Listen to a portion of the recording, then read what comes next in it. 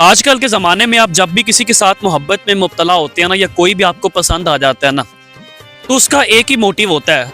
अगर मर्द है तो उसका एक मोटिव होता है कि मैंने लड़की को इस्तेमाल करना है, फिजिकली यूज़ करना है, मैंने इसका जिस्म लेना है। हकीकत बता रहा हूँ, हकीकत सुनिएगा ज़रा। थोड़ा मेरी बातों को सुनने के लिए भी जिगरा चाहिए, क्योंकि मेरी बातें सीना चीर देती हैं और हकीकत पर मबनी होती हैं। अल्हम्दुलिल्लाह मेरी बातें सुनिएगा। एक मर्द है ना, तो वो जब किसी औरत के साथ, लड़की के साथ अटैच होता है ना, तो उसका मोटिव ये होता है कि मैंने इसे यूज़ करना है, मैंने इसे इस्तेमाल करना है, फिजिकली यूज़ करना है।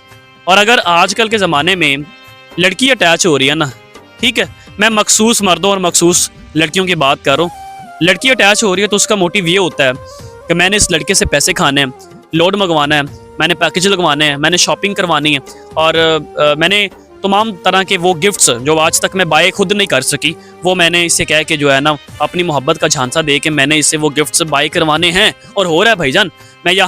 मैं मखसूस मर्दों और औरतों की बात कर रहा हूँ, क्योंकि इस माशरे में भाईजान हो रहा है, अल्लाह की कसम खा कर कह रहा हूँ, इस माशरे में ये हो रहा है। ना तो सारे मर्द गलत होते हैं, ना सारी औरतें गलत होती हैं।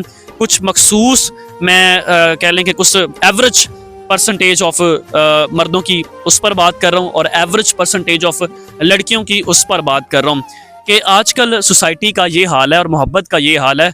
लोग मोहब्बत को पहचानने से कासिर हैं। तो ये समझते हैं कि आई लव यू कह देना शायद मोहब्बत है। हमने अपने जज्बातों का इजहार कर लिया है सामने वाले के साथ, हमारे दिल में जनाब एक एहसास सामने वाले को लेके पैदा हो गया है, मोहब्बत का, चाहत का, पसंदीदगी का।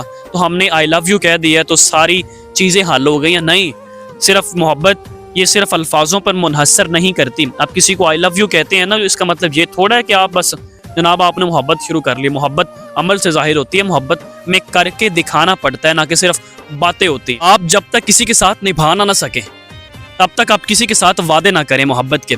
जब आपको लगता है ना कि मैं इस लड़की को हासिल कर लूँगा, शादी कर लूँगा, निकाह तक ले जाऊँगा, तब आप उसके साथ मोहब्बत का इजहार भी करें और फिर उसके साथ शादी भी करें, निकाह तक भी आएँ। और अगर किसी लड़की को लगता है ना कि यार मैं इसे हासिल नहीं कर पाऊँगी, या फिर मेरे घर वाले नहीं मानेंगे, वो अलाउ नहीं करेंगे, या मेरे घर वाले बड़े स्ट्रिक्ट हैं, तो लड़की को पहले ही अपनी हदूद तय कर लेनी चाहिए और कभी भी किसी भी रिलेशन में नहीं पड़ना चाहिए, बजाय इसके कि बाद में जाके वो जो रिलेशन है, वो जो ताल्लुक है, वो नासूर बन जाए और गले की हड्डी बन जाए, ना बंदा थूक सके ना निगल सके। और ऐसा होता है, मैंने यकीन करें बहुत सारी लड़कियां देखी हैं कि जो मोहब्बत में आकर पागल हुई होती हैं। उनको ये नहीं पता, ये भी पता होता है कि वो मिल नहीं सकता, वो हासिल नहीं हो सकता, लेकिन फिर भी उसके लिए पागल हैं, रो रही होती हैं।